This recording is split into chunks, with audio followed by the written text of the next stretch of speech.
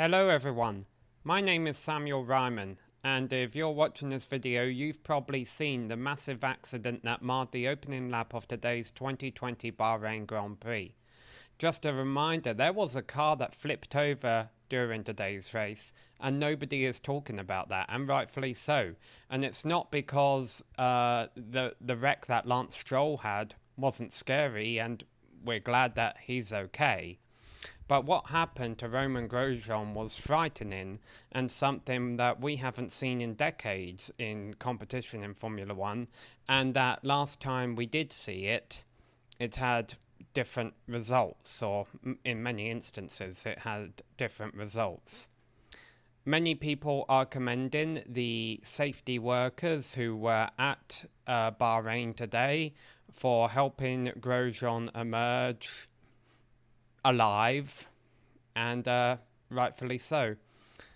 And I kind of want to share my thoughts on today's incident, and also how it kind of fits in the storybook of Formula One. I wouldn't always consider myself an expert on the history of Formula One, but I have followed it my whole life, watched some documentaries, read some books, and I just want to share my thoughts because I think all of us were at a loss of words earlier today, and these video vlogs seem to be the best way for me to kind of share my thoughts. So first off, I'll tell you that I was not sitting at my apartment during the race. I was actually at work. It was a low-key day, and we have a television in the room, and it's the Bahrain Grand Prix. It's a track that normally produces not the most memorable races. So I told my colleagues I would love it if we could have the first couple of laps on the TV, and I could introduce them a little bit to F1 because I'm a new employee there and not all of them really know much about it. And, once we're 5 laps into the race, we'll switch the TV onto another channel so that I don't get distracted. Needless to say, we were all glued to the TV for a couple of hours. Yeah. No, we were all watching that opening lap, and you see a car spin off at high speed like that and erupt in a fireball. I've seen something like that happen in NASCAR, but obviously when it happens in NASCAR, the fire is at the back or the front of a car, depending on whether it was an engine or fuel rupture, and the driver's sitting in the center of a car away from the danger. Not necessarily the case in an open-wheel car. And the commentators pointed out that it reminded them of Gerhard Berger's crash at the 1988 San Marino Grand Prix, where his Ferrari went off at the Tamburello curve. This was before Senna's crash, so, that curve was still a flat-out corner. They hadn't slowed it down back then. And his car erupted into flames. It took him a little while for him to get out of the car. He got a little burned, but obviously went back to continue to have a racing career and win races in Formula One. But honestly, it reminded me more of John Watson's crash at the 1981 Monza Grand Prix, the Italian Grand Prix at Monza. It was in the early days of having a single carbon fiber monocoque chassis.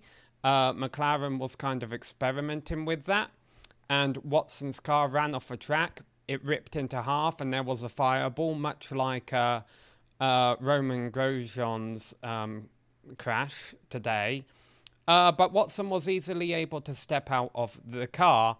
It wasn't necessarily as frightening of a wreck as Grosjean's, other than the fact, of course, you're watching a car have a fiery crash back in the 1980s, and normally when cars had fiery crashes back then, the drivers didn't always emerge okay. But as spectacular as a wreck looked, I think compared to Grosjean's incident, which I'm reading has been measured to the impact of Grosjean hitting the wall was 53 Gs. don't think Watson's was quite as spectacular there.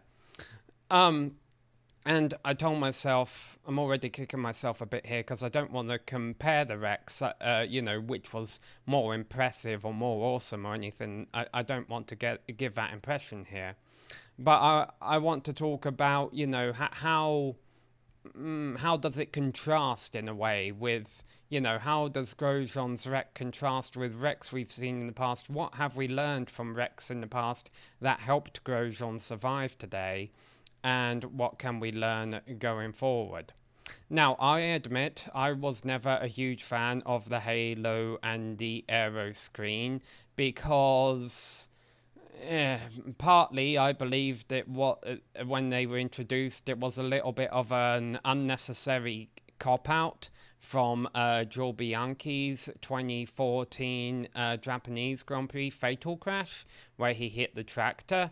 My initial reaction then was, well, the problem isn't that the drivers need extra cockpit protection, it's that we shouldn't have a tractor on the racetrack in the first place. Obviously, every time there has been a scary call since then, there have been rallying cries supporting the Halo. When I recall there have been a couple of wrecks at Spa recently where cars have gone airborne in pile-ups at turn 1 at La Source and grazed the halo of other cars, and people have said, thank God for the Halo, thank God for the Halo, it stopped someone's helmet from getting hit.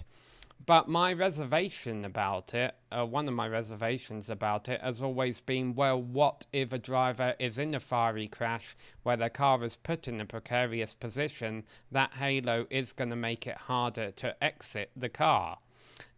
And obviously, if it is, we didn't necessarily see that today. The thing that impressed me, we'll get more about the safety workers today because obviously that was all impressive. But the thing that impressed me most was how Grosjean was able to unbuckle himself, pull himself out of a car with the halo on, and get out of a car where, his hands are burning, his feet is burning, his whole body is burning. He probably can't see anything. He's got smoke being pumped through his lungs, through all the flames, and get out of that car very quickly. The halo didn't seem to slow that process down. So I think that definitely has silenced my doubts on the halo or a cockpit protection system in Formula One more so than any massive wreck that has came before it in the past few years has. And, kudos to Formula One there. The wreck I want to talk about, and the wreck I believe I'm going to put in the title of this video that this incident did remind me of, is Roger Williams' fatal crash at the 1973 Dutch Grand Prix at Zandvoort. There is video footage of it. If you've ever watched the documentary One, which it's like a film that you can probably buy online on Amazon or somewhere, and I highly recommend it.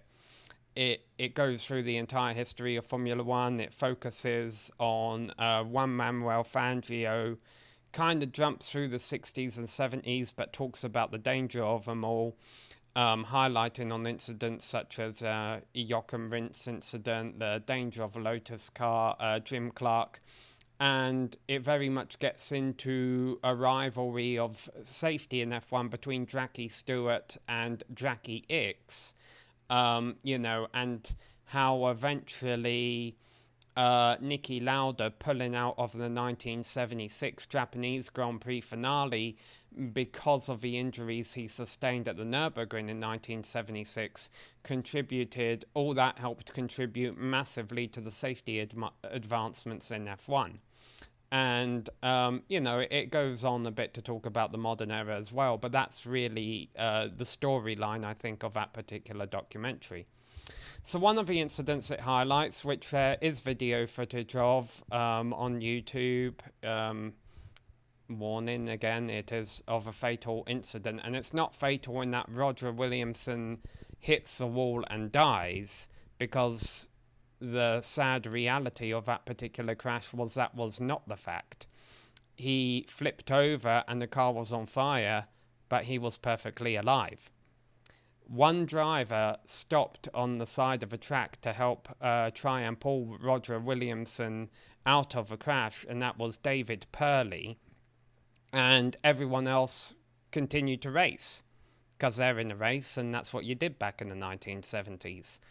The safety officials back at the time were not properly equipped to combat the fire, and David Purley could, he's one man, he can only do so much, couldn't run into the fire himself and turn the car over without any help, and as a result, there is video footage of basically Roger Williamson lying in the car upside down being burned to death. And the reason I opened this video by mentioning the fact that I was at work when this happened was I had to kind of explain to my colleagues every step of what was going on. And that happened before the crash even happened, before the race even started. I explained the concept of a warm-up lap. I was explaining the concept of there's 20 cars, there's 2 cars per team. They're going to do a standing start. Once the car in 20th place comes to a stop, the 5 lights will go on, then they'll go off, then they'll all race into the first turn. Lewis Hamilton will lead into the first turn and probably win the race. That it was those basics I was explaining.